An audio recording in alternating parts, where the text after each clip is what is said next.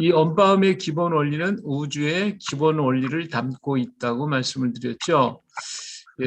이 기본 원리는 천, 이, 그리고 인으로 되어 있고, 천은 하늘, 그 다음에 지는 땅, 이는 사람인데, 하늘은 우리가 그냥 알고 있는 이 스페이스 공간을 말하는 게 아니고 하늘에 계신 그분, 그렇기 때문에 하나님을 얘기하고 있습니다.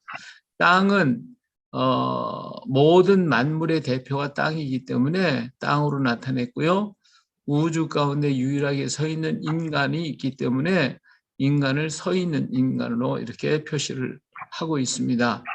이것이 우주의 기본 원리인데 하늘은 영원부터 존재하기 때문에 하늘에 계신 하나님은 모든 만물을 창조하시고 인간을 창조하셨기 때문에 이 우주 안에 존재하는 두 가지가 바로 만물과 사람입니다. 그리고 이 셋은 서로 어우러져서 모든 역사를 다 만들어 간다고 지난 시간에 여기까지 말씀을 드렸어요. 자, 오늘은 첫 번째 글자인 하나님에 대해서 말씀을 드리도록 하겠습니다. 첫 번째 글자 하나님, 이것을 점으로 이렇게 표시를 했습니다. 이건 하늘의 형상을 나타낸 건데 이 글자는 혀가 오므라들고 소리는 깊고 하늘이 자에서 열린 것 같고 그 모양이 둥근 것은 하늘의 형상인 까닭이다 그랬어요.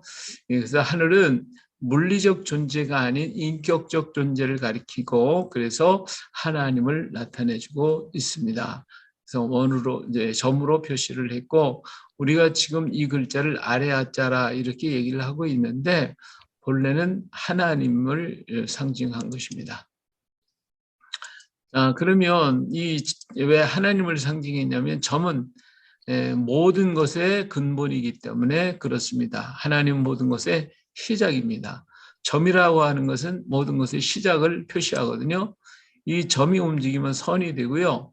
선이 또 움직여지면 면이 되고 면이 움직이면 육면체가 되어져서 이 3차원의 세계가 만들어지거든요.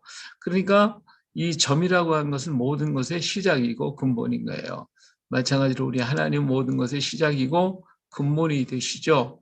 그래서 태초에 하나님이 천지를 창조하셨다라고 성서는 우리에게 말씀해 주고 있습니다.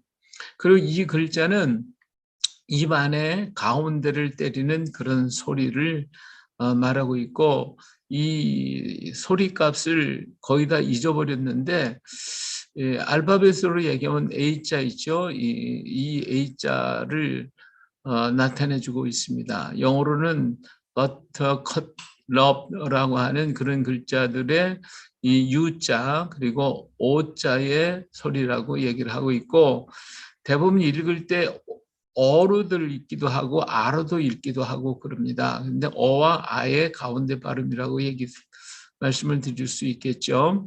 그래서 소리를 정말 낸다 그러면 입의 이 둥근 이 입 안에 가운데를 때리는 그런 소리 값이 라고 할 수 있습니다. 그렇기 때문에 우리가 이걸 갖다가 이 영어의 but, cut, love 이렇게 하면은 제 소리가 안 나오잖아요. 그래서 가운데를 때린다. 이 입안의 가운데 부분을 내가 때린다라고 하는 생각을 가지고 이 소리를 낼 때에 이 소리가 나오는데 현재 이 소리 값을 우리는 잊어버렸고 우리 경상도 발음 또 제주도 이런 데에서 악센트와 함께 이 발음이 현재 남아있지만 거의 좀 사라져가고 있다. 그렇게 말씀을 드릴 수가 있을 것입니다. 이 발음은 그래서 제대로 안 돼서 우리가 영어하기가 굉장히 어려운 부분도 있죠. 자, 하나님은 그러면 어떤 분이실까? 하나님은 제일 중요한 거 세 가지만 말씀을 드립니다. 첫째로 하나님은 사랑이시다 그랬어요. 요한일서 4장 8장 사랑하지 아니한 자는 하나님 알지 못하는 이는 하나님은 사랑이시다 그랬죠. 그 다음에 하나님 어떤 분이셔요? 하나님은 스스로 계신 분이시다. 하나님은 스스로 계신 분이시다. 출애굽기 3장 14절에 다시 말하면 하나님 영원히 존재하는 분이시다. 그 물질은 영원하지 못해요. 그러나 하나님은 영원히 존재하시는, 영원부터 영원까지 존재하시는 스스로 계신 그분이십니다. 그래서 이 스스로 계시다라고 하는 그 말이 영원 속에 존재하신다라고 하는 표현으로서 나타낸 것이기 때문에 이 스스로 계시다라고 하는 말도 정확한 표현은 아니라고 말할 수 있겠지만 우리 인간의 언어로서는 더 이상 어떻게 다시 표현하기 어렵겠죠. 영혼 속에 존재하시는 분. 그래서 요한복음 1장 1절에 태초에 말씀이 계시니라. 이 말씀이 하나님과 계셨으니 이 말씀은 곧 하나님이시다. 그래서 하나님은 영원 존재부터 계심을 말하고 있어요. 여기서 말하는 태초는 영원한 상태. 그래서 하나님은 영원한 속에서 스스로 존재하시는 분이시다라고 말씀드릴 수가 있겠죠. 좋은 설명 방법이 있으면 나중에 말씀해 주세요. 자, 삼위로 계신 분이시다. 우리 삼위일체라고 얘기를 하고 있는데 우리 서양으로 넘어간 기독교는 만나는 사람들이 서로 인사하는 것이요. 예, 물고기를 그렸어요. 입투스 물고기를 이렇게 그렸는데 동방으로 넘어온 기독교는 인사하는 방법이 손가락을 이렇게 했어요. 이게 불교에 뭐 부처가 이렇게 거기 있지 않냐 이렇게 얘기를 하는데 원래 이것은 기독교의 상징입니다. 이것은 삼위일체를 상징한 것이고 그래서 인사법이 바로 이렇게 장지나 인지 손가락을 이렇게 하고 있으면 이것이 인사하는 법과 같아요. 그래서 이것은 뭘 얘기하냐면 바로 삼위일체를 상징하는 그런 표현입니다. 동양에서는 삼위일체로 계신 하나님에 대해서 굉장히 중요시했어요. 그래서 우리 동양 쪽에서는 3이라고 하는 숫자를 상당히 중요시했죠. 자, 그리고 요한복음 1장 1절에는 말씀과 하나님이 함께 계셨고 또 창세기 1장 2절에는 하나님의 영이 함께 있는 것을 볼 수가 있습니다. 이렇게 함께 삼위일체로 삼위로 계셨는데 그분이 왜 일체냐? 서로 운행하고 계시기 때문에 운행하는데 이 운행하는 그 자체가 하나로서 운행이 되어집니다. 자, 그러면 운행이라고 하는 말은 어떤 말인가? 요한복음 17장 5절에 보니까 하나님 아버지여 창세전에 내가 아버지와 함께 가졌던 영화로서 지금도 아버지와 함께 나를 영화롭게 하옵소서 이런 말씀이 있어요. 이 창세 전 그러면 영원한 시간을 말하겠죠. 영원한 시간 속에서 우리 예수님이 아버지와 함께 계셨다. 근데 그때가 굉장히 영화로웠었다라고 하는 것입니다. 그래서 이 영화롭다라고 하는 말이 뭘까? 찾아보니까 요한복음 17장 24절에 아버지여 내게 주신 자도 나 있는 곳에 나와 함께 있어 아버지께서 창세 전부터 나를 사랑하심으로 내게 주신 나의 영광을 그들로 보게 하시기를 원하옵나이다. 그래서요. 여기서 영화롭다라는 말과 영광스럽다는 말은 같다고 볼 수가 있고요. 그렇다면 창세 전에 예수님이 영화로웠다라고 하는 그 표현을 하셨는데 그 영화로운 것을 왜 영화로우셨냐? 여기 보니까 나와 함께 있어서 아버지께서 창세 전부터 영원의 세계 속에서 뭐 하셨다? 사랑하셨다. 그것이 나에게는 영화롭고 영광스러운 것이다. 라고 하는 것이죠. 그래서 이 영화로우신 상태가 사랑하고 있는 그런 모습이죠. 하나님은 그러기 때문에 영원전부터 하나님은 사랑하셨고 그 사랑이라고 하는 것이 영화로웠고 이걸 볼 때에 하나님은 언제나 사랑하고 계셨다. 이 사랑하시는 그 장면, 사랑하시는 그 모습이 뭐냐? 그게 운행하시는 것이다. 우리 하나님이 운행하신다라고 하는 그 말은 사랑하는 모습이다. 이렇게 말씀을 드릴 수 있어요. 하나님은 사랑이시고요. 하나님은 사랑이시기 때문에 그가 지으신 모든 것 속에 하나님의 사랑이 다 나타나 있고 숨겨져 있기 때문에 그것을 살펴봐야 되겠죠. 자, 여기 있는 요 문양이 삼태극이라고 하는 문양인데 이 삼태극이 빨간 거, 파란 거, 그 다음에 노란 것으로 되어 있어요. 이 삼태극이 어느 하나도 서로 어그러짐이 없고 똑같으면서도 움직이고 있어요. 이걸 갖다가 우리는 운행한다라고 말할 수가 있죠. 어떻게 생각하실지 모르겠지만 저는 이 삼태극의 문양이 삼위일체의 그림을 아주 함축성 있게 잘 표현되어 있는 그림이 아닐까 이런 생각을 해봅니다.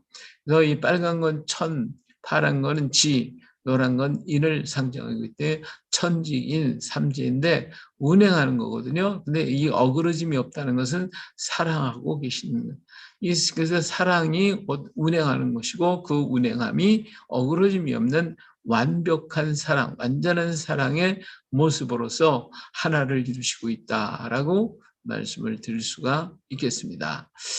자, 오늘은 복음과 훈민정 두 번째 시간입니다. 두 번째, 다시 말하면 세 번째이지만 내용, 첫 번째 시간은 통괄적인 것, 두 번째 시간에는 이 복음과 훈민정 다시 세부적으로 들어가서 첫 번째, 오늘은 두 번째 시간이 되겠습니다.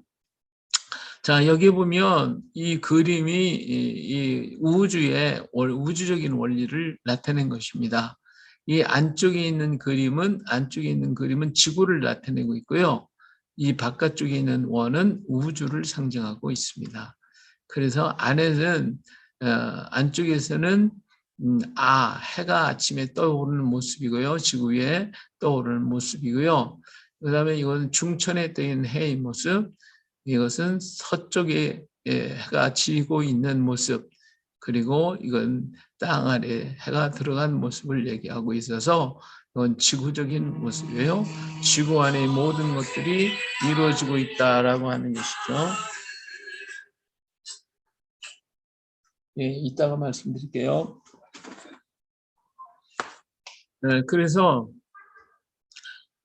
이 아침에 해가 떠서 오후까지 되면 이렇게 밝은 색깔, 양적인 모습을 얘기해 주고 있습니다.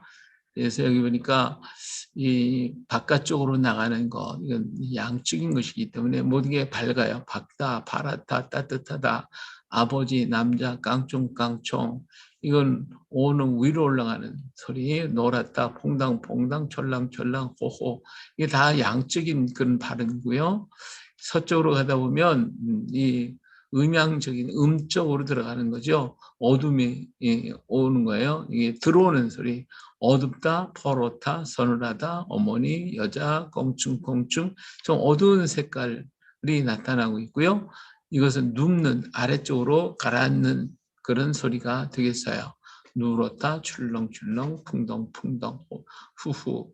이런 것들이 전부 다 이 음적인 것에 속해 있는 것인데, 이것은 이제 지구 안에는 이 작은 것, 그 다음에 우주의 큰 역사를 바라보면 아가 야로 바뀌어져 있고, 어가 여가 되고, 오가 유가 되고, 요가 되고, 우가 유가 되어지는 우주적 원리가 여기에 담겨져 있다.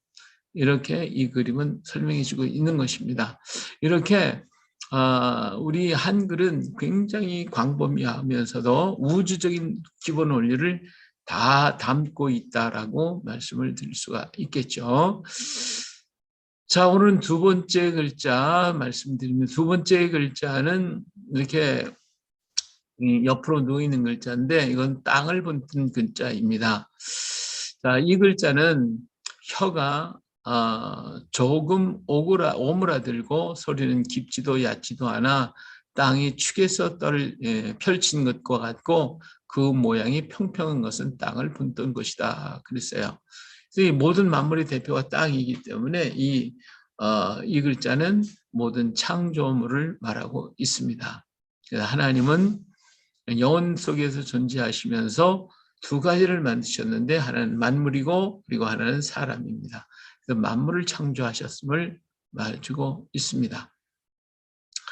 자, 그래서 이 글자는 입을 옆으로 벌려서 혀를 펴서 내는 소리입니다. 그러니까 입술을 갖다가 옆으로 쭉 하고 혀는 완전히 피는 게 아니라 약간 오므립니다. 그래서 해보세요. 하면요, 이 입술은 옆으로 퍼져서 땅 모양을 이룹니다. 근데 혀는 약간 오므라들어서 하면 약간 숙여지죠. 그런 형태를 나타내고 있는 글자가 바로 이 으라고 하는 글자입니다. 우리가 읽을 땐 여기에 으는 혀가 조금 이렇게 읽지 않습니다. 원래는 이 글자는 이렇게 읽어야 맞습니다.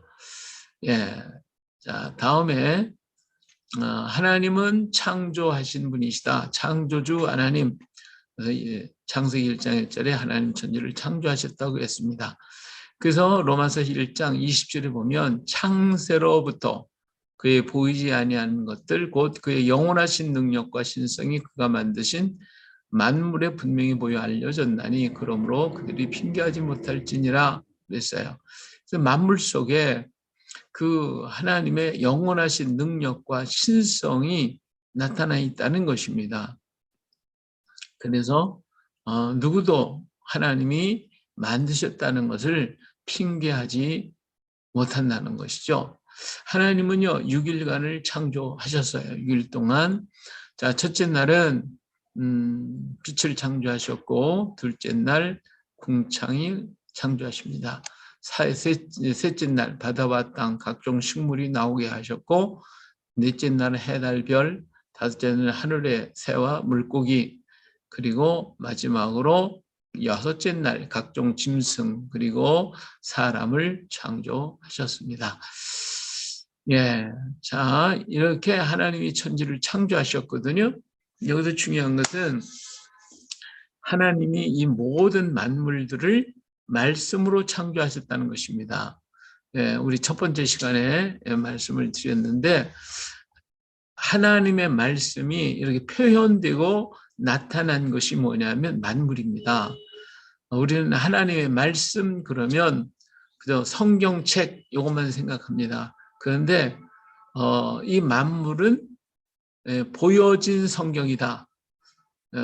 좀 이상하게 생각하실지 모르겠지만 하나님의 말씀이 그대로 보여지게 나타난 거예요. 나타난 것이 이 만물이기 때문에 이 만물을 통하여 하나님을 알고 하나님의 형상을 거기서 하나님 그 속성을 우리는 볼 수가 있어요. 그렇기 때문에 이 만물은 하나님의 보여진 말씀, 또 다른 얘기하면 보여진 성경이라고 말할 수가 있겠죠.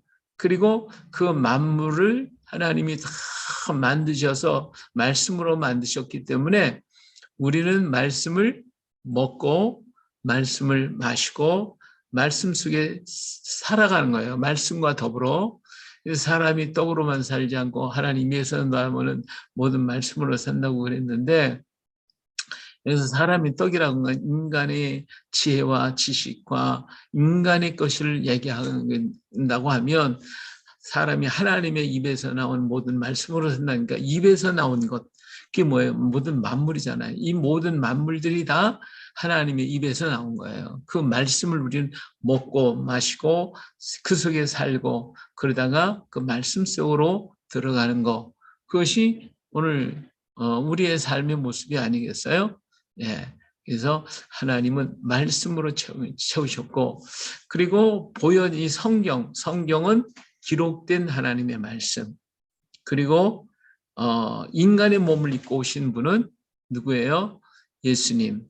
예, 다시 말하면 하나님의 말씀이 인간의 형상을 입고 오신 예수님이니까 예수님은 사람으로 나타난 성경이죠. 예, 그리고 기록된 성경이 있고 보여진 말씀의 보여진 만물의 성경이 있고 예, 생각을 좀 어떻게 하실지 모르겠습니다. 예. 자, 그래서 하나님이 이 세상을 창조할 때 그냥 뭐 말씀을 막 이렇게 지으신 게 아니라 지혜로 창조하셨어요. 그래서 만물 속에는 하나님의 지혜가 담겨 있고 하나님의 설계, 곧 프로그램이 다 담겨져 있어요. 얼마나 명확하고 정확한지 우리 과학이 발달하면 발달할수록 그 지혜 속으로 하나님의 지혜 속으로 우리 들어가서 우리도 그 지혜를 본받아 가지고 세상의 모든 것들을 만들어가고 있잖아요. 근데 이 지혜가 인간의 지혜가 자꾸 높다 보니까 하나님을 대적하려고 덤벼든단 말이에요. 예, 오늘 우리가 인공지능 만들잖아요. 인공지능이 이게 점점 막 지혜가 발달돼가고 인간을 정복하려고 한다면 어떡 하시겠어요? 그러면 인공지능한테 우리가 다 지배당해야 되나요? 예, 어떤 면은 지배를 당하고 있는 건데 진짜 지배하려고 덤벼든다면 우리가 어떻게 하죠? 파괴해버리면 끝나요. 없애버려요, 그냥. 예, 하나님도 마찬가지예요. 인간의 지혜가 아무리 높아도요, 하나님의 지혜를 대적하고 거기 간다면 하나님이 그냥 끝내는 것이죠. 뭐 끝나면 끝나는 거지. 뭐 어떡하겠어요. 그래서 우리가 자랑할 게 하나도 없습니다. 우리 하나님의 지혜로 창조하셨다.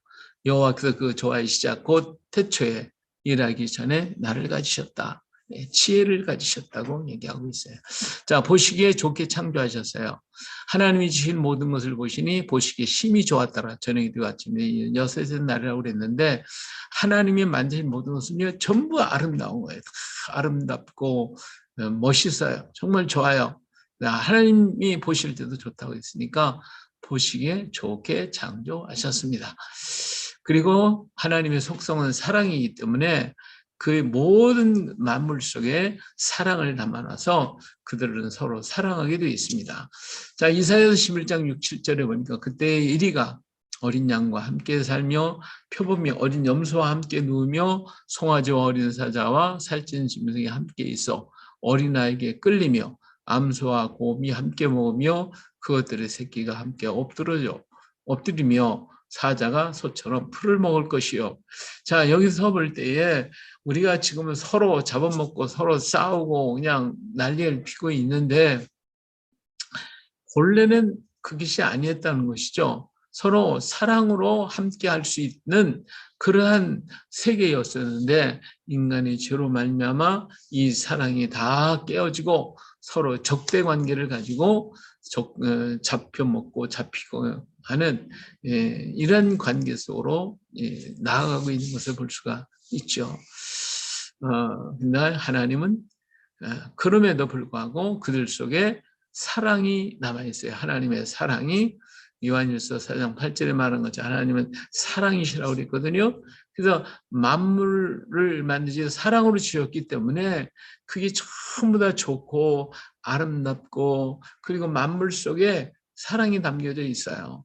쭈꾸미나 가시고기 같은 걸 보면 자기 새끼를 얼마나 사랑하는지 그것을 보호하고 지키기 위해서 자기 몸이 다 찢겨나가고 결국 그것 때문에 자기가 죽더라도 그 일을 이루어가는 것을 볼 수가 있습니다. 이것이 하나님의 사랑으로 창조하신 모습을 우리는 이런 만물 아주 우리가 볼 때 별것 아닌 그 미세한 그런 생물체 속에서도 하나님의 그 순수하고 진실한 사랑을 발견할 수가 있게 되어지는 것입니다. 자, 그런데 우리는 이 사랑을 망가뜨려 버렸어요. 뭐가요? 죄가 그랬어요. 하나님 이것을 회복되어지기를 원하고 계십니다. 그래서 이것을 회복하시기 위해서 하신 게 뭐냐면 이사야서 7장 14절 보니까 그러므로 주께서 친히 징조를 너에게 주실 것이요 보라 처녀가 잉태하여 아들을 낳을 것이요 그의 이름을 임마누엘이라 하리라. 예. 우리의 징조를 주신다고 했는데 그 징조가 뭐냐면 아들을 낳는데 임마누엘이라는 아들입니다. 곧 하나님이 우리와 함께 하신다. 다시 말하면 예수 그리스도가 이 땅에 태어나심으로써 함께 우리 하나님 함께 이 땅에 오셔서 우리와 함께 일하시고 함께 사시는 임마누엘의 하나님이 되셔서 이것이 바로 하나님이 우리 인간 속에 있는 모든 죄악의 문제를 해결하시기 위해서 아름다움을 회복하고 사랑을 회복하시기 위해서 오신 것이다. 말씀을 드릴 수가 있겠죠. 자, 그렇기 때문에 우리가 회복을 하려면 이 여자의 후손이신 예수 그리스도를 영접해야 됩니다.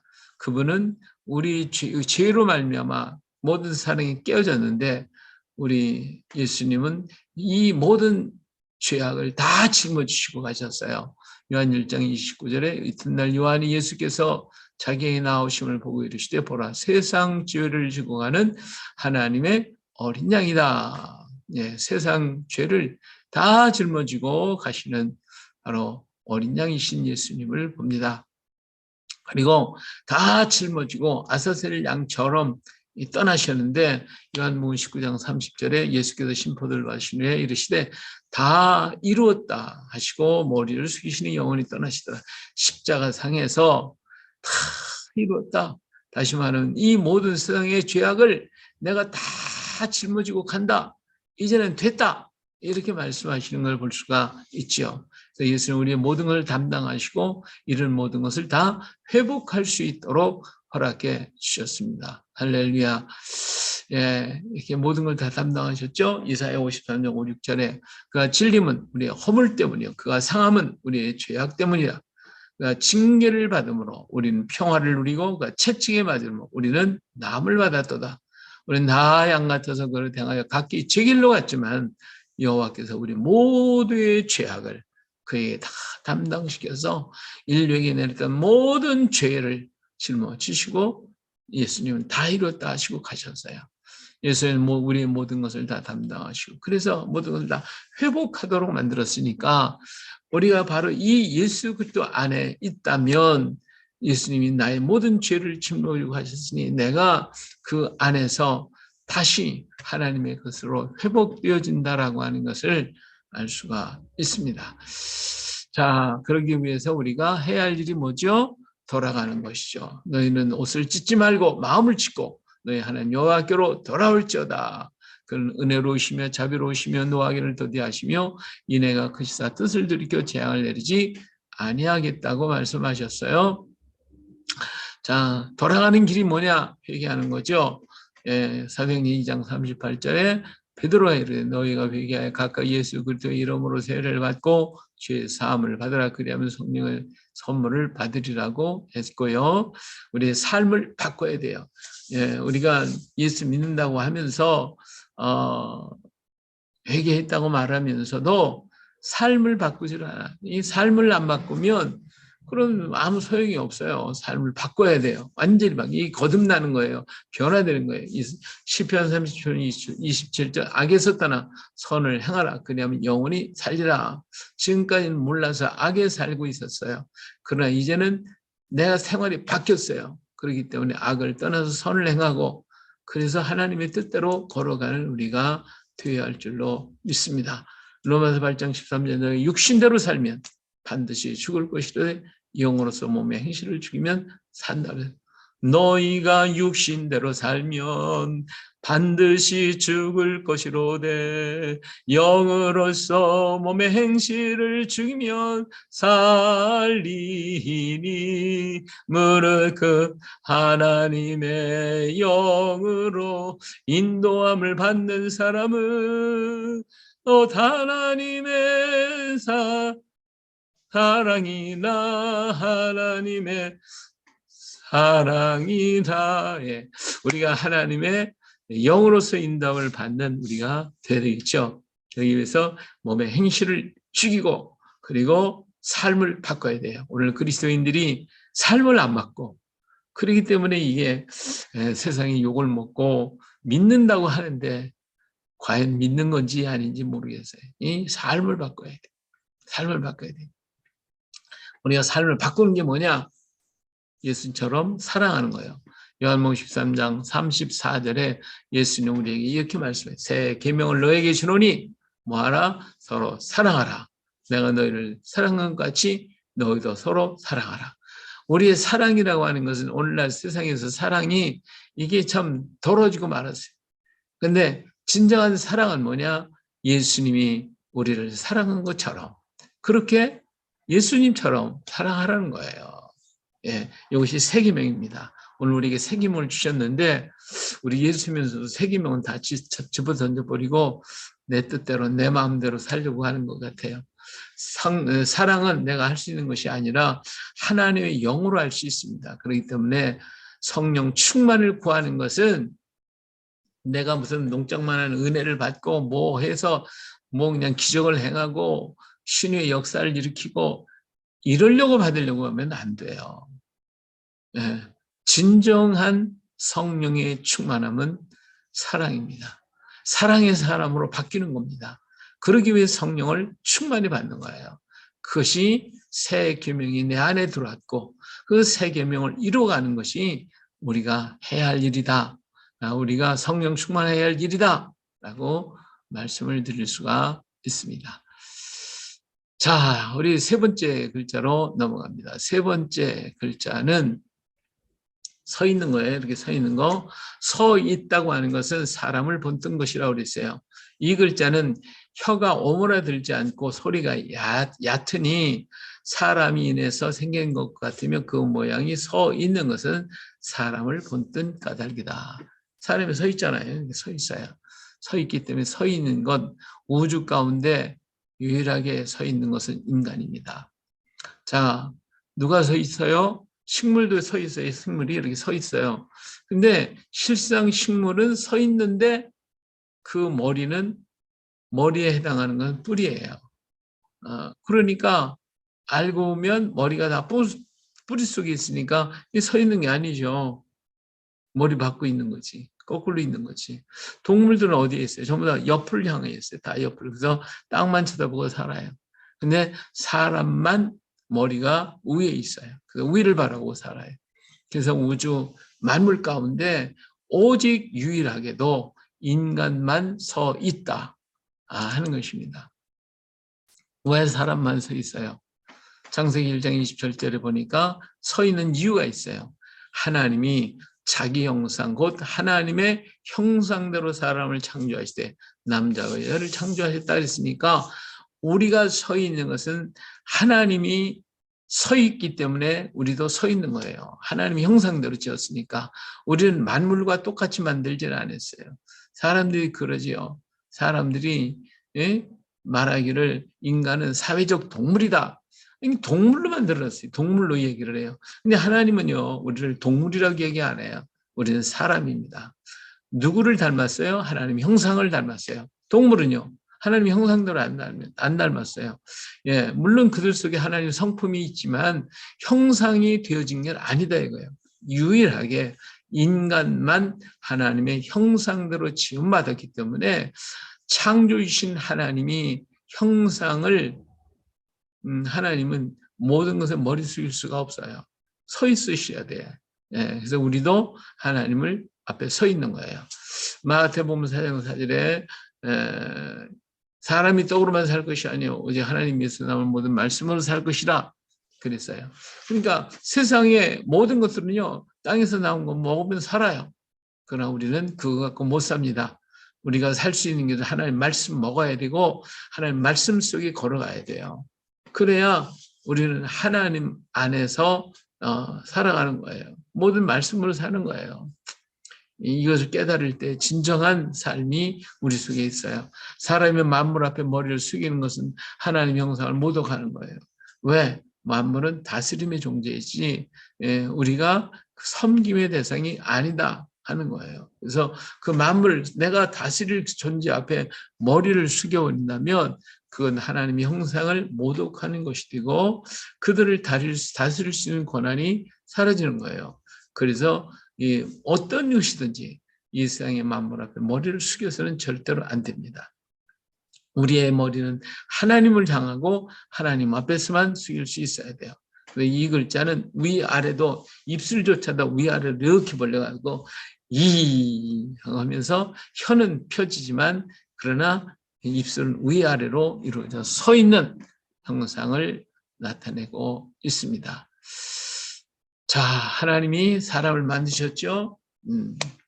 만들었는데 몇 가지 중요한 것을 말씀을 드립니다. 하나님이 형상대로 지으셨다. 그러면 형상이 뭐냐? 하나님의 형상이. 하나님이 우리처럼 눈, 코, 입 달리고 우리 모양대로 되어 있는가? 그런 형상일까? 예, 어떤 의미가 있냐면 영적인 존재자로 지었다. 하나님은 영이시기 때문에 형이 없어요. 그렇기 때문에 우리도 영적 존재로 지으셨어요. 그래서 예수님도 하나님이 영이시니 예배하는 자가 영과 진리로 예배할지어다 말씀했어요. 그러니까 우리가 영적인 존재라는 거, 하나님의 형상, 하나님의 영이 우리 안에 있다라고 하는 거, 이걸 우리는 기억해야 돼요. 우리는 하나님의 형상대로 지음받았어요. 그리고 형상대로 지음받다는 것은 너와 나라고 하는 개념이에요. 이 개념인데 만물처럼 설계를 해서 이렇게 말씀으로 만드신 게 아니라 이 말은 나는 너다라는 개념은 낳았다는 뜻이에요. 다시 말하면 자녀라는 것이지 하나님이 낳았다. 너는 내 자녀다. 이렇게 말씀하고 계시는 것입니다. 그리고 하나님은 어떤 것에든 얽매이지 않습니다. 언제나 자유하신 분이시죠. 난 스스로 있는 자라, 그렇죠? 스스로 있는 자가 나를 너에게 보내었다고 하라. 스스로 계신 분. 그렇기 때문에 어떤 결박도 하나님을 묶을 수가 없어요. 어떤 것도 사상이나 또한 인간의 모든 방법을 통해서도 하나님을 결박할 수가 없습니다. 우리 하나님 결박당하지도 않으시겠지만 할 수도 없는 분이에요. 왜? 절대적인 자유를 갖고 계신 분이시기 때문에 그래요. 그렇다면 오늘 우리도 이 죄라고 하는 것에 얽매여 버렸기 때문에 우리는 그 사슬에 묶여 끌려다니고 있어요. 근데 우리 주님은 자유한 자이기 때문에 주님이 나를 자유케 하시면 자유할 수가 있습니다. 또 하나님은 사랑이시죠. 하나님의 속성은 사랑이시다. 하나님은 사랑이시다. 사랑의 존재로 인간을 지으셨어요. 하나님이요 아담을 이렇게 바라보고 있는데 보니까 너무 혼자 있는 게 외로워요. 이게 독처하는 것이 안 좋구나. 하나님 6일 창조하셨을 때 인간 짓기 전에요. 모든 걸 다 지어놓고 만족했어요. 너무너무 좋다. 그리고 인간을 지어놓더니 굉장히 심히 좋아하셨어요. 심히 좋아해요. 그런데 오늘 보니까 이 아담이 혼자 이렇게 앉아 있는데 왠지 쓸쓸해 보이는 거라. 저가 사랑의 대상이 없었구나. 이것은 하나님의 마찬가지예요. 하나님도 혼자 스스로 계실 때 굉장히 외로우셨어요. 그렇기 때문에 사랑의 대상으로 모든 만물을 지으시고 인간을 지으셨어요. 인간은 하나님의 절대적인 사랑의 대상자입니다. 모든 만물은 하나님 형상이 아니라 우리는 하나님의 형상대로 지어서 하나님과 그 같은 그러한 반열에 서서 하나님의 사랑의 대상이 되어졌다라고 하는 것이죠. 그래서 하나님이 아담을 볼 때 그에게 대상이 없구나, 사랑할 수 있는 대상이 없구나. 그래서 하나님이 하와를 만들어 주십니다.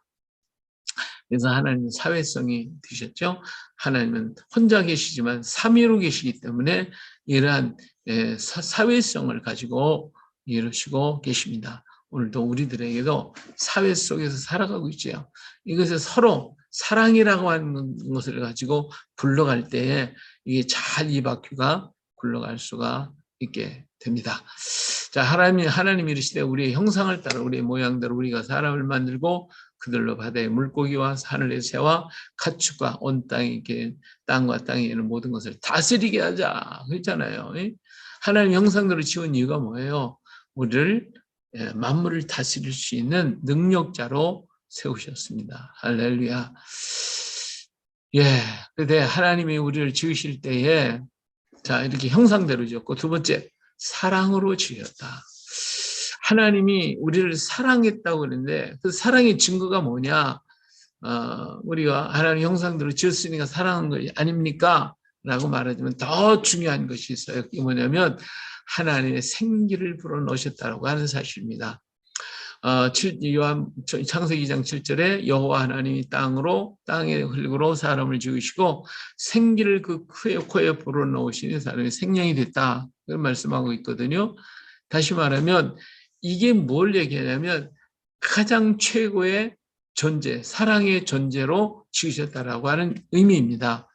오늘 우리가 마스크 다 하고 다니잖아요. 왜 마스크를 하고 다니죠?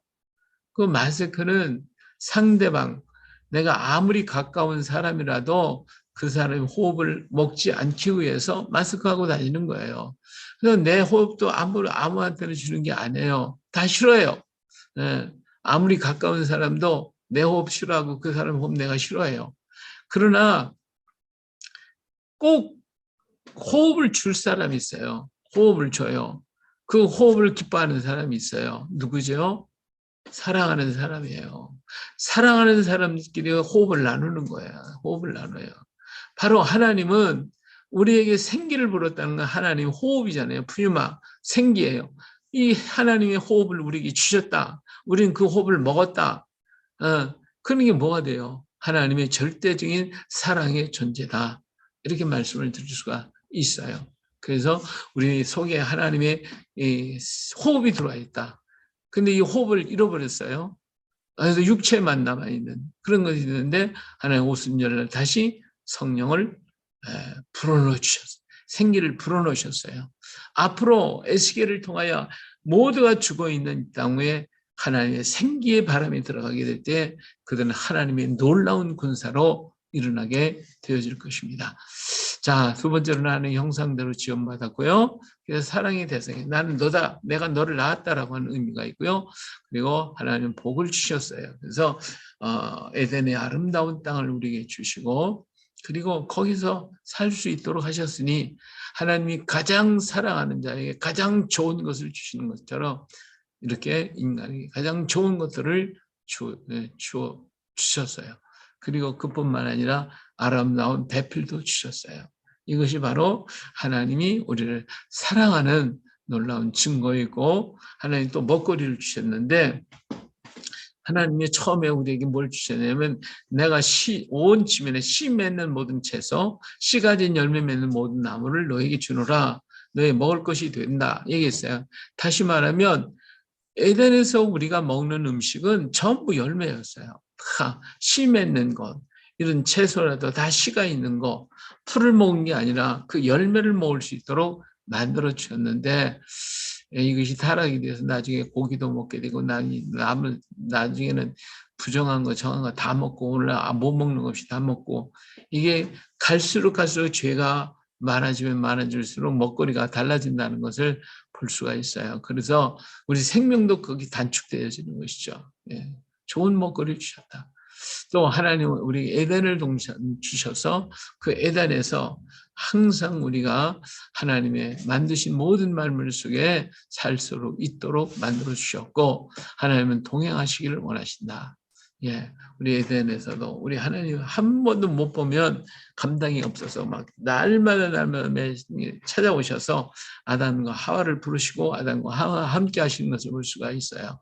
그들이 그날 바람이 불 때 동산에 거니시는 여호와 하나님의 소리를 듣고 아담과 그의 아내가 여호와 하나님의 낯을 피하여 동산나무 사이에 숨은지라.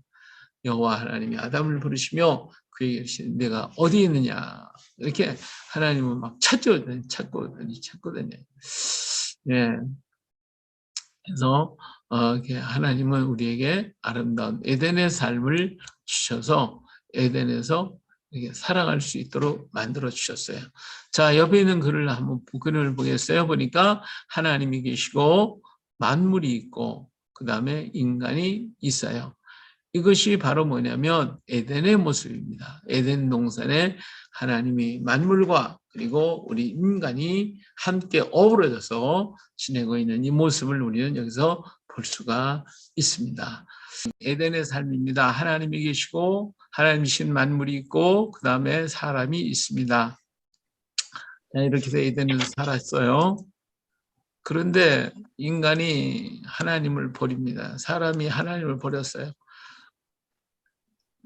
창세기 3장 11절에 이르시되 누가 너를 벗었음을 내게 알렸느냐 내가 내게 먹지 말라 명한 그 나무 열매를 내가 먹었느냐. 그래서 결국은 선악을 알게 하는 나무 열매를 먹지 말라 내가 먹는 날은 반드시 죽으리라 하셨기 때문에 이 하나님의 법을 누구도 어길 수가 없습니다. 하나님 자신도 이 말씀하신 것을 어기실 수가 없는 거예요. 그래서 이 결과로 타락의 결과로 인간은 죽을 수밖에 없게 됐죠. 그래서 인간에게 찾아온 것은 하나님이 떠나신 거예요. 하나님이 떠나시고, 예, 하나님과 함께 하던 인생이 죄를 범하고 하나님이 떠나시게 됐어요. 하나님 없는 세상이 됐어요. 그래서 찾아온 게 뭐예요? 인간에게 찾아오는 죽음이죠. 예, 십자가는 죽음을 상징합니다. 그래서 인간은 이 죽음이 찾아오게 되고, 죽음 앞에 인간은 절망하게 되고, 두려워하게 됐죠. 그런데 하나님은 어떤 분이셨죠? 하나님은 사랑이셨죠. 예. 하나님이 참 너무나도 사랑하셨어요. 인간은 죄를 범했어도 죽음의 자리에 들어가 있어도 하나님은 그를 사랑했어요. 우리 요 신자를 본데 오늘날은 요 신자를 갖다 귀신신이라고 얘기를 하는데 사실은 귀신신이 아닙니다. 귀신이라는 글자는 따로 있어요. 귀자가 있어요. 귀자. 예, 마귀도 마자가 있고요. 그래서 마귀, 귀신이 있는데 귀가 있는데 요 신은 요 하나님 신자입니다. 여기 하나님 신자인데 요걸 나누면 보일 시자가 있고 여기 신자가 있어요. 그래서 이것은 옛날 글자로 보면 이렇게 사람이 가운데 있고 양쪽에 손이 있어요. 손으로 이렇게 붙들고 있는 분이다. 다시 말하면 이 보일 시자는 하나님 앞에 제사를 드리는 모습이거든요. 인간이 하나님 앞에 제사를 드리면 하나님이 오셔서 우리를 좌우를 붙들고 계시는 그분이 하나님이시다. 그랬어요. 그래서 하나님은 살아계시기 때문에 우리 붙들고 계시는 것을 볼 수가 있어요. 그래서 하나님은 인간이 죽음의 자리에 있게 되니까 인간은 하나님이 사랑하시니까 또 하나님의 정하신 법이기 때문에 그 법을 버릴 수가 없어서 하나님은 대신 사람 대신 죽을 자를 찾게 되는 거예요.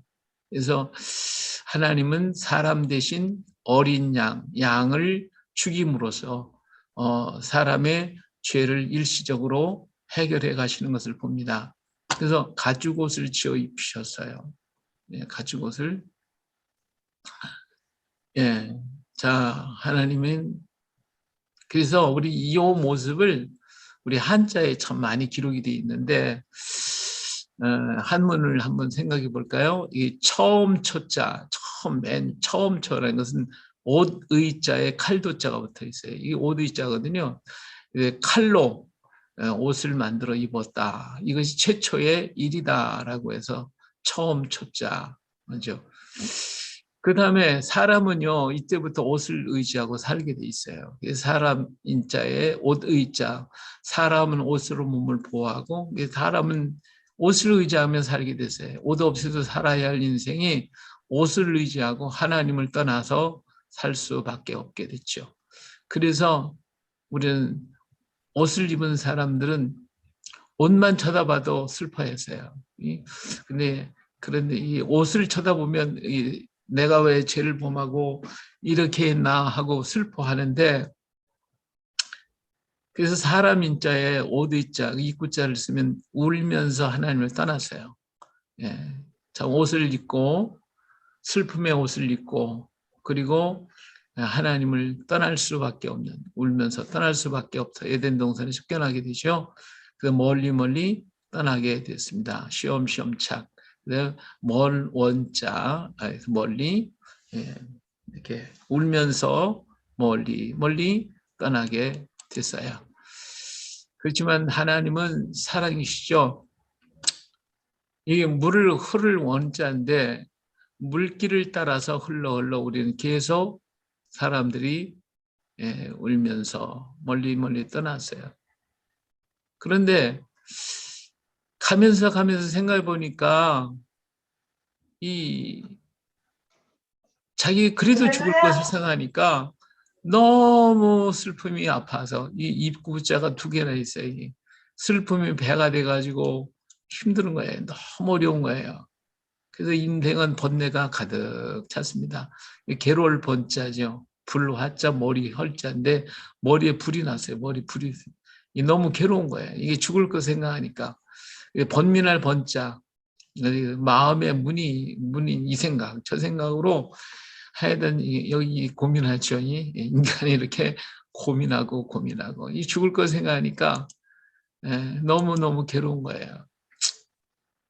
그래서 물가에 앉아서 몸을 물가 짓자에 이제 몸을 물자에 몸을 짓자인데 강가에 앉아서 이 생각 저 생각을 했어요. 그때 생각난 게 뭐냐면 이 밭전자의 마음 심자거든요. 이게 이 밭정자가 4대가 네 강이 흐르고 있는 구역을 얘기해서 이것이 밭정자가 에덴 동산을 상징하는데 에덴 동산이 생각이 나는 거예요.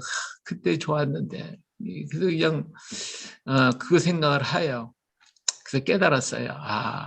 깨달을 각자거든요. 이 위에 있는 글자가 배울학자고 밑에가 볼견자, 볼견자인데 눈 목자, 밑에가 어린이 얼자 또는 어지린자라고도 얘기를 다 하기도 해요. 그래서 이 어린아이 같은 이 마음에 참 굉장히 힘들었던 그들이 괴로웠던 들이 새로운 것을 발견했어요. 발견해서 깨달았어요. 그것은 뭐냐면 마음의 갈등을 끝낼 수 있는 방법을 찾았어요. 그것은 자기들이 죽게 되었을 때 자신들의 죄를 사하기 위해서 양을 잡아 가지고 옷을 입혔던 것이 생각이 난 거예요. 그래가지고 양을 잡아서 제사를 드리면 우리 죄를 벗게 되고 하나님을 만날 수 있을 것이다 생각을 하게 되고 그래서 여기 오를 이자를 보니까 양 있고 나 아자가 있잖아요. 내 위에 양을 두자. 나는 내가 죄를 졌으니까 나 대신 양을 두자. 그러면 하나님이 우리를 옳게 보실 것이다. 그리고 아름다울 밑자도 보니까 양 밑에 사람이 있거든요. 그래서 전부 다 양을 대세요. 그 양 위에 양을 받들어 섬기면 그러면 착한 사람이 되고 제사제자를 보니까 이게 고기 육자하고 또 우자 그리고 보일시자 제사를 계속 드리면 하나님이 우리에게 오실 거다. 그래서 제사를 드립니다. 날마다 제사를 드려요. 그래서 제사 사자를 보니까 뱀 사자가 있어요. 시간 사시로 아침 8시에서 10시 사이에 날마다 제사를 드리면 하나님을 만날 수 있을 것이다. 그렇게 생각을 했어요. 그랬더니 하나님 앞에 제사를 드릴 때 하나님이 나타나셔서 보호해 주시고 우리를 지켜주시는 분을 만나게 됐다. 그거죠. 그래서 여기 제사를 드리는 사람을 성경에서 보는데 창세기 4장 4절에 아벨은 자기도 양의 첫 새끼와 그 기름으로 드렸더니 여호와께서 아벨과 그의 제물은 받으셨다고 그랬어요. 이렇게 하나님 앞에 제사를 드림으로써 하나님을 다시 만나고 하나님의 말씀을 들을 수 있는 길이 열리게 됐다. 그래서 인간은 쉼 없이 제사를 드리게 됐어요. 이렇게 인간이 쉼 없이 제사를 드리는 드렸을지라도 우리는 죄에서 벗어날 수 없고 그리고 죽음의 문제를 해결할 수가 없었고 하나님은 우리를 사랑하셨기 때문에 하나님은 그 인생을 구원하시기 위해서 찾아오시게 되죠. 바로 어린 양으로 오시게 됩니다. 이 요한복음 1장 29절 이튿날 요한이 예수께서 자기에게 나오심을 보고 이르시되 보라 세상 죄를 지고 가는 하나님의 어린 양이로다. 그래서요. 예수님은 날마다 제사 드리는 그 인생들을 가엾이 생각하시고 세상 죄를 지시고 이 땅에 오셨어요. 그래서 이 뜻을 따라서 그리스도의 몸을 단번에 들이심으로 말미암아 우리가 거룩함을 얻었노라. 제사장마다 매일 서서 섬기며 자주 같은 제사를 드리되 이 제사는 언제나 죄를 없이 하지 못하거니와 오직 그리스도는 죄를 위하여 영원한 제사를 드리셨다. 그래서 예수님은 단번에 한 번에 이 문제를 해결하시려고 오시게 됐습니다.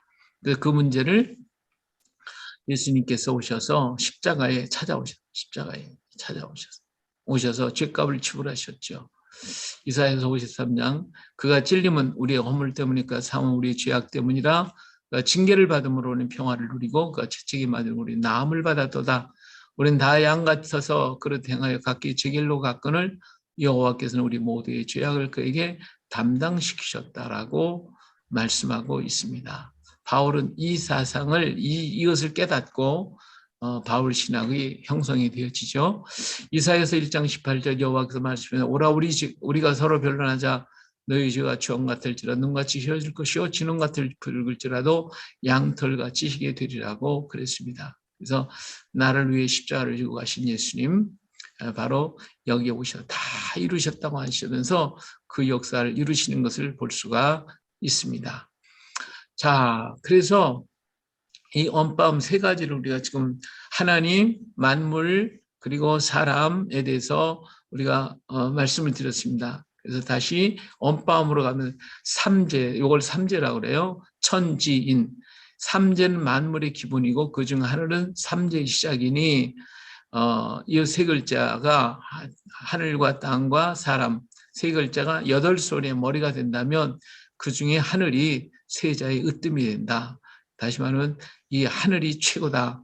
하나님은 영원 존재이시기 때문에 여기서부터 시작이 되는 것을 말씀해 주고 있습니다. 이렇게 언바움의 기본이 천지인 삼재입니다. 자, 이 언바움의 첫 번째로 연합된 것이 바로 이것입니다. 자, 하나님이 계셨고 하나님이 만물을 창조했고 인간을 창조하셨잖아요.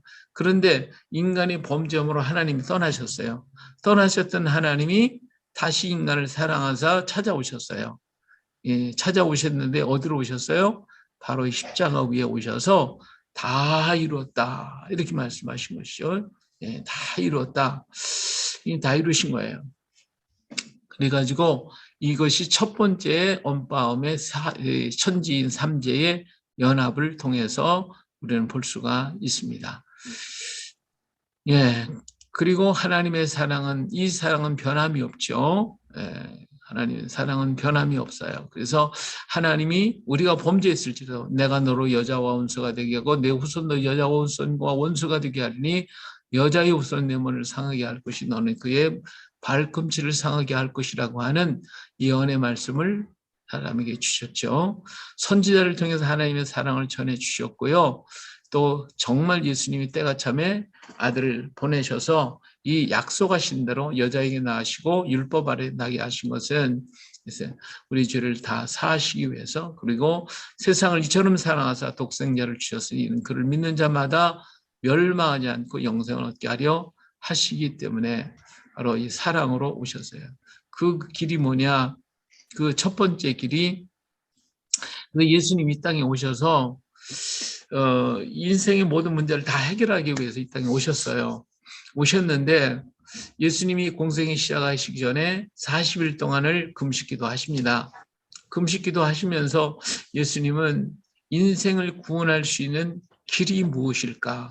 이 문제를, 이 숙제를 가지고 오셨기 때문에 이 숙제를 해결하시기 위해서 기도하시는 거예요. 기도하시면서 어떤 방법을 통해 인간을 구원하실까? 이것이 우리는 40일 금식 기도할 때 예수님이 시험 받으셨다라고만 생각하는데 사실은 그 깊은 뜻을 보면 예수님께서 이 길을 구상하시는 모습을 볼 수 있어요. 첫 번째, 구원의 길. 첫 번째 어떻게 구원할까? 이 돌을 떡덩이가 되게 하는 거예요. 예수께서 대답해 이르시되 사람이 떡으로만 살 것이 아니라 하나님 입에서 나오는 모든 말씀으로 살게 한다고 말씀을 하셨는데 다시 말하면 사람들에게 먹을 것을 줘서 배가 부르게 하고 모든 것 삶이 잘 좋게 하면 그러면 사람들이 나를 따라올 것인가 하는 거예요. 그래서 이 물질적, 경제적인 원리로 사람을 구원할 수 있을까라고 하는 것이죠. 그러나 인생은요, 광야 40년 생활할 때 하나님 먹을 거 다 주셨어요. 만날 40년 동안 그들이 잘했든 못했든 간에 하루도 끊임없이 계속 주셨지만 인간은 따라오지 않고 배반을 했어요. 그래서 경제적인 원리로 인류를 구원할 수 없다고 하는 것을 아신 거예요. 자, 두 번째, 그러면 어떻게 할 것이냐. 이 마귀가 그 예수님을 성령 꼭대기로 올라가서 뛰어내리라고 그랬잖아요. 그래서 그러면 사자를 명해서 너를 받들어 주시고 이게 돌에 부딪히지 않게 할 것이다. 이게 뭐냐면 기적을 이루는 거지. 이 기적은 종교적인 원리예요. 종교적인 원리를 가지고 인간을 구원할 수 있을까? 이것이 정말 오늘날 세상에 수많은 종교들이 있는데 이 종교를 가지고 인류를 구원할 수 있을까? 많은 사람을 기적과 이적을 행하고 병든 자 고치고 죽은 자 살려주고 하는 이런 기적적인 역사, 이걸 가지면 구원할 수 있을까? 그런데 광야 40년 동안 얼마나 많은 기적이 일어났어요. 이 기적이 일어나서 소용없어요. 그게 또 배만해요. 이거 갖고는 안 되겠다는 것이죠. 그럼 세 번째, 천하만국을 다 보여줬어요. 내게 절하라. 이게 뭡니까? 권력이죠. 다시 말하면 정치적인 원리입니다. 정치적인 원리를 가지고 세상을 지배할 수 있을까? 다스릴 수 있을까? 그들을 구원할 수 있을까라고 하는 것이죠. 그런데 이런 정치적인 권력으로 세상을 주름잡던 강대국들이 전부 다 망하고 그들이 흩어진 것을 하는 예수님이 다 아셨어요. 그래서 이것 갖고도 구원할 수가 없다. 여기까지입니다. 이게 40일 기도를 이렇게 마치시고 하시는데 여기서 끝났다면 문제가 되겠죠. 근데 그것이 아니라 예수님 네 번째 길을 선택하신 거예요. 이 네 번째 길이 뭐냐면 바로 이 쓴잔입니다. 쓴잔. 이 쓴잔을 내게서 옮기시옵소서. 이 쓴잔이 마지막 예수님이 결단하신 거예요. 그리고는 이 말씀이 기록하진 않았지만 그 당신의 길을 가슴에 품고 내려오셔서 그 생애 속에서 그분은 늘 이 십자가의 길을 생각하셨어요. 그래서 혼자 고민하시기도 했고 그래서 가끔가다 한 번씩 툭툭 내던지시기도 하셨던 이 길을 결정하시고 40일 금식 기도를 마치셨던 거예요. 저럼 우리 예수님께서 우리 인간을 구원하시기 위한 방법을 40일 금식 기도를 통하여 결단을 하시고 그 길을 향하여 걸어가시는 마요의 길을 볼 수가 있습니다. 자, 십자가의 의미가 바로 우리 죄를 대신한 것이죠. 이것이 바로 하나님의 사랑의 증거이다. 로마서 5장 8절에 우리가 아직 죄인되었을 때 그리스도께서 우리를 위해 죽으심으로 하나님께서 우리에 대한 자기의 사랑을 확증하셨다고 했습니다. 또 하나님의 것으로 만드시는 거예요. 사도행전 20장 28절 여러분 자기를 위하여 또는 온 양떼를 위하여 삼가라. 성령이 그들 가운데 여러분을 감독자로 삼고 하나님이 자기 피로 사신 교회를 보살피게 하셨다. 실상 하나님 예수님이 흘리신 보혈이 하나님이 자기 피로 교회를 사셨다고 그랬어요. 그래서 예수님의 보혈로 우리를 다 사신 것입니다. 요한계시록 5장 9절에 보면 그들이 새 노래를 불러 이르되 두루마리를 가지고 인문이 되게 합당하시되 일찍이 죽임을 당하사 각 족속과 방언과 백성과 나라 가운데서 사람들을 피로 사서 하나님께 드리셨다고 얘기했어요. 그래서 예수님은 십자가상에서 그 피값을 통해서 우리를 다 사셨어요. 그래서 하나님의 것을 만드셨죠. 그래서 우리 하나님은 우리와 사셔서 영원히 살기를 원하시던 거예요. 예수님께서 잡히시기 전날 요한복음 14장에 이렇게 이제 가서 너희를 위하여 거처를 예비하면 내가 다시 와서 너희를 내게로 영접하여 나 있는 곳에 너희도 있게 하리라. 왜? 우리 예수님은 참 우리가 죄가 많아서 많은 죄를 져서 우리하고 같이 사는 건 지긋지긋 하실 텐데 그렇게 안 하시고 나 있는 곳에 너희도 있게 하겠다고 말씀하셨어요. 17장 24절에 아버지여 내게 주신 자도 나 있는 곳에 나와 함께 있어 아버지께서 창세전부터 나를 사랑하시고 내게 주신 나의 영광을 그들로 보게 하시기를 원하옵나이다. 하나님이 예수님을 사랑하셨던 창세전에 사랑하셔서 영화로부터 그 사랑의 모습 그대로 우리를 그곳에 데리고 와서 우리도 그런 사랑을 받고 살아갈 수 있도록 그렇게 하시기를 주님은 원하시고 계셨습니다. 영원한 사랑, 영원한 나라, 하나님의 나라는 뭐만 있어요? 이 하나님의 사랑만 있어요. 사랑이 있는 곳에는 사랑에는 시간이 존재하지 않아요. 그래서 우리는 영원히 살 수 있게 된 것입니다. 그래서 우리 예수님께서 십자가상에서 그 모든 고난과 고통을 다 겪으시며 사랑으로 찾아오시고 그리고 부활하심으로 말미암아 길과 진리와 생명이 되셔서 우리에게 진정한 구원의 주체자가 되어 주셨음을 볼 수가 있습니다. 할렐루야. 이것이 바로 하나님의 역사이심을 볼 수가 있죠. 그래서 언바움의 첫 번째 형상은 하나님의 사랑이 십자가가 나타난 천지인 삼재의 역사를 이루시고, 두 번째 형상은 함께 하시는 하나님의 모습을 우리가 보여주고 있습니다. 자, 훈민정음 해례본에 보니까 이 글자는 하늘에서 나왔을 때 아직 닫힘이나 모양은 하늘과 땅이 합한 것이고, 이 아자는 또한 하늘에서 나왔을 때 이미 열렸으니 이는 사람이 이름이로다. 처음으로 났으니 동굴이 하나 되고 하늘에서 나왔으니 양이 되어 위와 밖에 있도다 그랬어요. 그래서 두 번째 역사는 다 하나님이 만들어 주셨다. 만물과 사람 속에 역사하시는 하나님을 보여준 글자가 바로 두 번째 연합입니다. 다시 말하면 부활하신 예수님이 세상 끝날까지 우리와 함께 하신다고 하는 그 모습을 말해주고 있죠. 자, 그래서 사람에게 임하신 하나님을 보겠습니다. 예수님 십자가에서 죽으심으로 말미암아 다 이루심으로써 결과가 뭐예요? 사람의 부활하셔서 사람의 오른손으로 붙잡아 주셨어요. 사람을 오른손으로 강하게 붙들어 주셨어요. 그러면 어떻게 돼요? 아주 인간은 강한 존재가 되어집니다. 하나님이 인간을 우편해서 우리를 돕고 계시죠. 그래서 인간은 강한 자가 돼요. 이 강한 자가 된 인간, 그래서 인간 중에 최고 강한 자가 누구인지 아세요? 사람 중에 최고 강한 자가 누굴까요?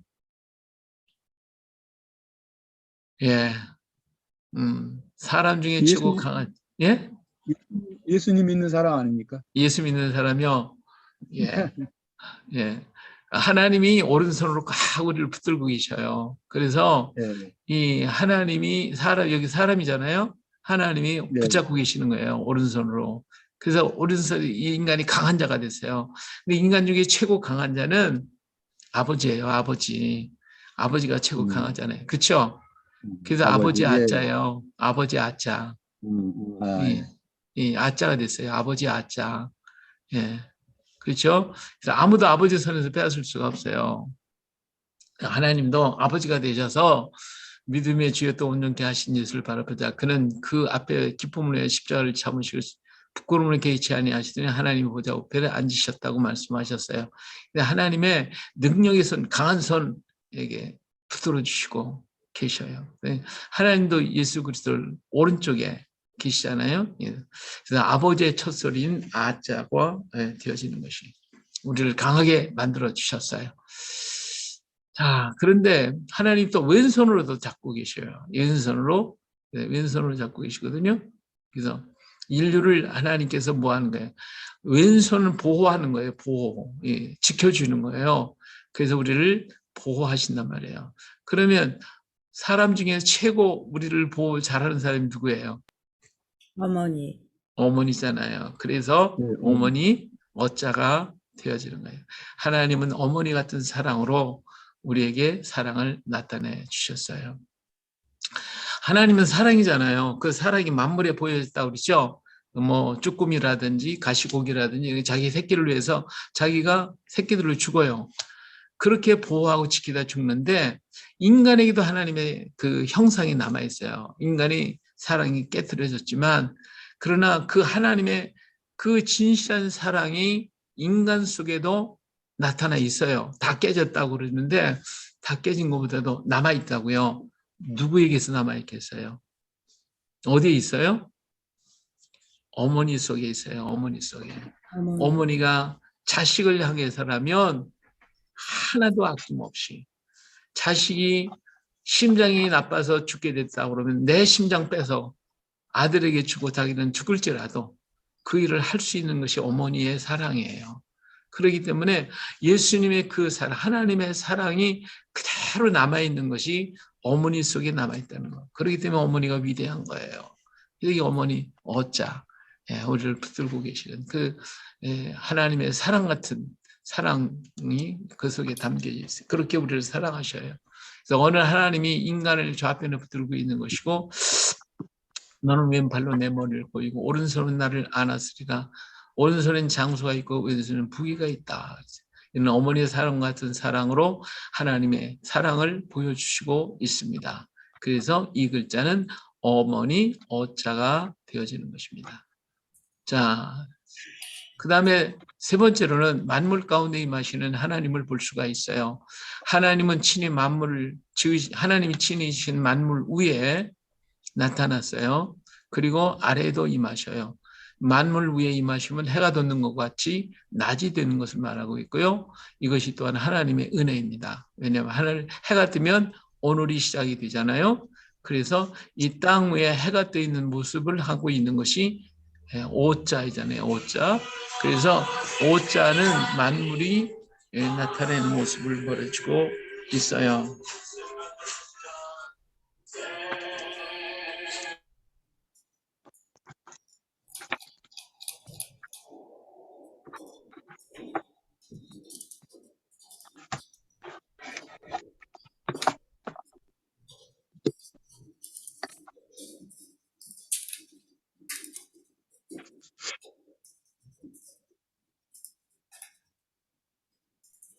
음소거 해주세요. 음소거 목사님.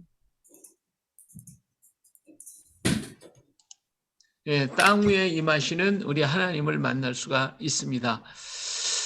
자, 하나님의 자 오늘이 임했어요. 오늘 그래서 오늘의 오자가 됩니다. 우리 이렇게 땅 위에 해가 떴죠. 그러면 오늘의 오자가 된 거예요. 오늘의 오자. 그럼 오늘이 되면요, 우리 인간은 오늘을 살다 가요. 오늘밖에 없어요. 내일은 내 날이 아닙니다. 우리는 오늘을 살다가 내일은 아버지께 맡기고 사는 거예요. 내일은 아버지가 허락한 사람에게만 주시는 거예요. 신명기 5장 6장 6절 오늘 내가 내게 명하는 이 말씀을 내 마음에 새기고 오늘 우리 말씀 새기고 살아야 돼요.